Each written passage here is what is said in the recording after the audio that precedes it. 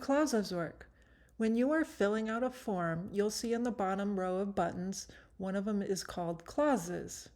When you select this button, you're going to see legal, possibly manager, and user. So there are three different groups of clauses. Legal is if you have paid for or signed up for, or your brokerage has some legal clauses for you to use. They will be listed here, and you can always start typing in to get down to narrow down what is being displayed.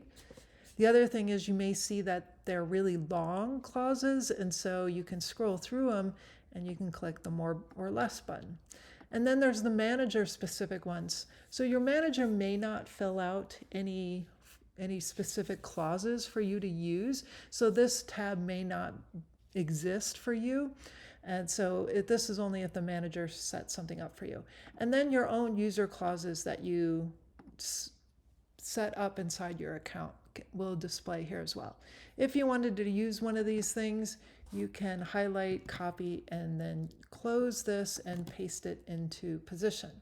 And where do your clauses come from? Well, if I close this down and go into the upper right where my name is, and you scroll down to where the templates are, you're going to see clauses as one of the options.